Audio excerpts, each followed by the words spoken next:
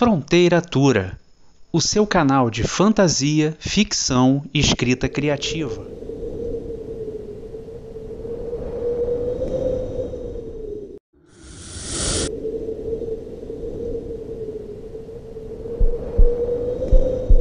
Olá pessoal, sejam todos muito bem-vindos ao canal Fronteiratura, o seu canal de ficção, fantasia e escrita criativa. Eu sou o Sérgio Viana Filho, escritor, e hoje a gente vai abordar um tema muito interessante. O que é fantasia sombria? Existem inúmeros gêneros onde os autores podem basear suas obras. Gênero de terror, a comédia, o drama, mas como a gente aqui no nosso canal a gente trata da fantasia, hoje a gente vai conversar um pouquinho sobre um subgênero muito particular da fantasia, que é a fantasia sombria.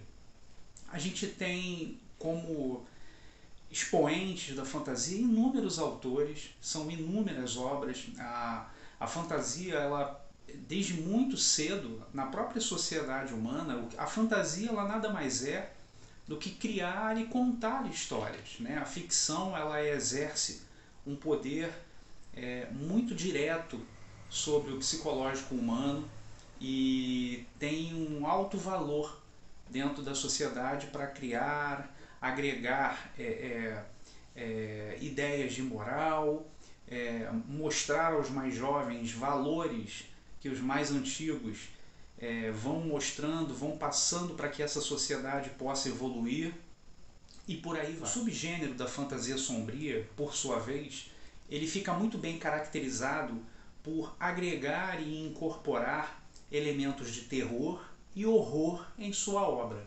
Então a gente sai um pouco daquela fantasia clássica, que a gente pode colocar de duas formas, que é a alta fantasia e a baixa fantasia. A alta fantasia, mesmo com elementos fantásticos de diversos tipos dentro da mente do autor que ele vai criar, a alta fantasia ela se passa geralmente em mundos fictícios, planetas ou outras terras desconhecidas que existem então tão somente na cabeça do autor. E elementos fantásticos diversos que podem mudar a cosmologia, podem mudar a fauna, a flora, personagens muito diferentes se enquadram na alta fantasia. A baixa fantasia, por sua vez, é mais caracterizada por geralmente ser no nosso próprio planeta. Entra muito uma fantasia histórica, tem alguns autores que são muito bons em escrever obras nesse sentido. Um deles é Bernard Cornwell, ele cria fantasias históricas soberbas. Então a baixa fantasia, ela coloca até, sim, elementos fantásticos, um pouco até de magia, pontos que não são muito gritantes dentro desses elementos fantásticos, no nosso mundo real, num passado geralmente, muito basicamente na nossa era medieval, baixa ou alta Idade Média, e por aí vai. Então, saindo um pouquinho da fantasia heróica, capa e espada, a fantasia clássica, ela já está baseada, ela já tem um conjunto de obras muito bem solidificados no início do século XX, e é quando você começa a entender certas obras que brincavam com o horror, o terror. Por exemplo, Mary Shelley com a sua criatura de Frankenstein, Edgar Allan Poe com seus contos e histórias de suspense. Esses autores vêm trazendo esses elementos de horror e terror dentro de seus próprios gêneros para o gosto popular.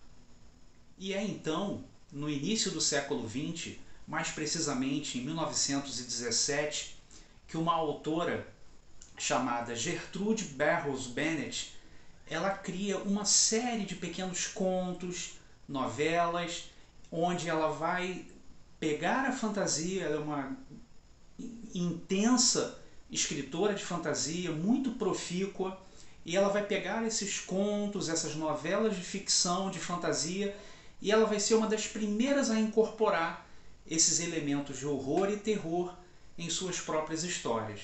Tanto é que essa autora ela é conhecida como a mãe da fantasia sombria no início ainda do século XX, né, por volta de 1917 até 1923, 25, um período onde ela escreve muito e ela consegue se solidificar como a mãe da fantasia sombria. Gertrude Burroughs Bennett, ela é contemporânea de um autor muito famoso hoje e que na época eles eram contemporâneos, mas que na época ele não fazia muito sucesso, que é H.P. Lovecraft, o pai do horror cósmico, o criador dos mitos de Cthulhu, de todo aquele panteão de seres inomináveis e todo aquele horror espacial e tantas outras criaturas que vieram a incorporar um enorme folclore de histórias de horror, mas esse sim, um gênero muito particular, que é o horror cósmico, um horror muito profundo dentro da alma do ser humano, e que sim, eles eram contemporâneos, tanto Gertrude quanto Lovecraft, e Lovecraft vai se encantar com a escrita de Gertrude Burroughs e vai trazer um pouco disso para a sua própria escrita. Em que sentido? Não trazendo a fantasia para o horror cósmico, mas incorporando um pouco da escrita dela e trazendo elementos da fantasia que viessem a enriquecer as suas próprias histórias. É interessante notar que o público ele passa a abraçar de forma bem contundente essa fantasia sombria que nesse primeiro momento, na década de 10, 20, 30, ainda era muito incipiente, muito fraca, mas que vinha se solidificando e vinha ganhando espaço. Mas é principalmente na década de 60, início da década de 70, que dois grandes autores nos Estados Unidos vão, de fato, incorporar dentro da fantasia, do gênero da fantasia, os elementos de horror, para que aí sim nasça de vez o subgênero da fantasia sombria na escrita. Então nós temos Carl Eduard Wagner, criador de Kane, o espadachim místico, e também temos Michael Moorcock, que é o criador de Elric de Melniboné, o soberano das terras de Melniboné, o príncipe albino, o imperador dessas terras de um povo antigo, decadente, mas muito poderoso. E tanto as obras de Carl Eduard Wagner e de Michael Moorcock, mais especificamente Kane, esse espadachim místico, e Elric de Melniboné, eles incorporam dentro da fantasia, não deixam de ser obras de fantasia, mas trazem esse horror, trazem um niilismo, trazem um pessimismo que é muito marcante e trazem a humanidade para esses personagens. Eu não falei o heróis, e isso tem uma causa muito importante. Ambos os personagens que eu citei, tanto Kane quanto Elric de Melniboné, são basicamente anti-heróis. Nós vamos conversar sobre anti-heróis nos vídeos seguintes, mas nós vamos ter uma nova categoria de heróis, que são esses anti-heróis que são muito mais humanizados, eles trazem consigo traços e características, defeitos, também qualidades, mas essas características desses personagens fazem com que você, leitor, tenha mais empatia por eles. Você consegue se enxergar no Elric de Melniboné por ele ser um herói, anti-herói, mais vívido. Você compreende mais as expectativas deles, os sonhos, você consegue compreender os seus erros, você entende as suas motivações, o porquê dele estar fazendo, mesmo que ele não esteja fazendo algo certo, que um herói clássico faria, né? Um herói maniqueísta estaria fazendo porque é o certo, é o bem pelo bem. Esses novos personagens que são trazidos principalmente por esses dois autores, e principalmente esses dois personagens, tanto Kane quanto Elric de Melniboné, eles trazem consigo essas características e esses traços mais humanos. Eles têm muitos erros, carregam culpas, são defeituosos, e isso é um traço muito importante para caracterizar personagens de fantasia sombria, mesmo que ainda heróis. Então você me pergunta, Sérgio, então por que a fantasia sombria atualmente vem fazendo tanto sucesso, e vem fazendo sim. A fantasia sombria, ela assumiu o seu lugar, e eu particularmente como autor e leitor, eu creio muito, principalmente nesses traços que eu disse agora há pouco.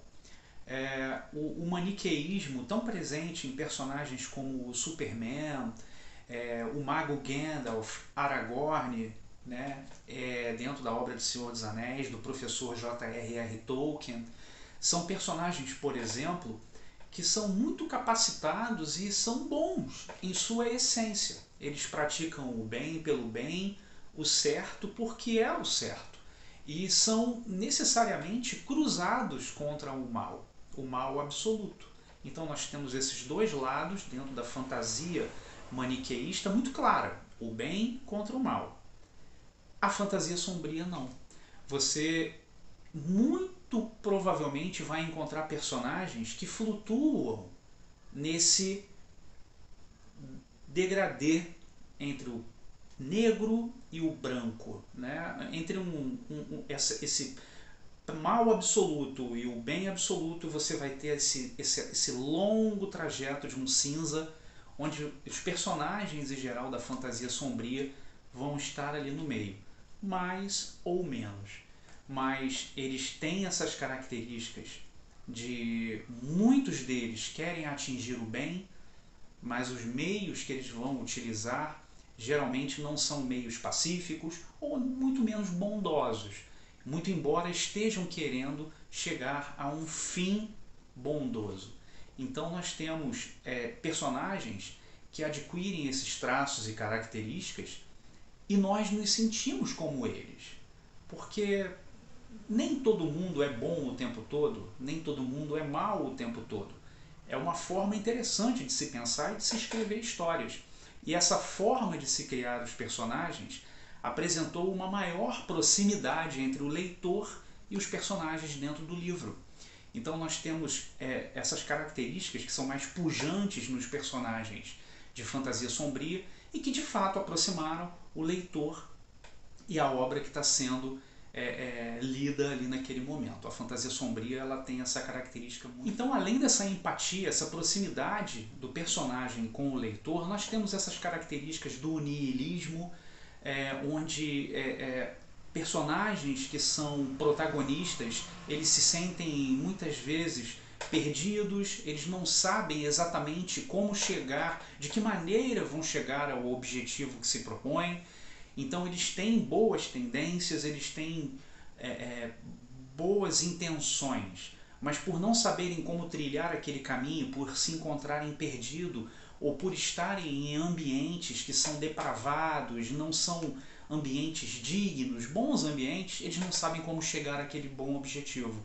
Então trocam as mãos pelas pernas, são caóticos ou podem até mesmo praticar o mal para chegar ao bem. Eu particularmente gosto muito da fantasia sombria por essas características que eu acabei de passar. Passei de uma maneira muito simples, muito direta, porque essas características da fantasia sombria são justamente o que me fazem escrever fantasia sombria, né? Eu já convido a você a conhecer meu livro, Almanon, O Retorno do Ancestral.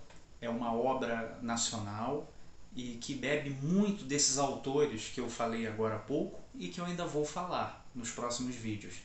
É uma fantasia sombria poderosa, com personagens muito fortes e que eu tenho certeza que você vai se identificar. Então é isso. Esse foi um vídeo bem tranquilo, bem rápido. Nós conversamos sobre a fantasia sombria, suas características, o seu início, como a fantasia sombria se estruturou e se posicionou perante a literatura atual, mundial e nacional. A fantasia sombria ganhou muito peso, tem um tamanho muito grande hoje em dia, está acumulando muitos leitores, e discorremos um pouquinho dessas características da fantasia sombria que fizeram com que ela se solidificasse e tenha chegado para ficar. Eu agradeço muito a cada um de vocês que ficou comigo aqui até o final do vídeo. Continuem acompanhando o canal Fronteiratura, sempre com vídeos sobre ficção, fantasia. Nós estamos começando, a sua participação aqui no canal é muito importante.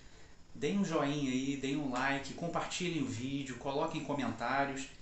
E se vocês quiserem, considerem aí se inscrever no canal, para a gente é muito importante. É um canal de fantasia, ficção, escrita criativa. Estamos começando os trabalhos para justamente podermos ajudar novos autores, novos escritores dentro do nosso mercado nacional e trazer temas variados que todos vocês se interessam, tá bom? Um forte abraço e até a próxima!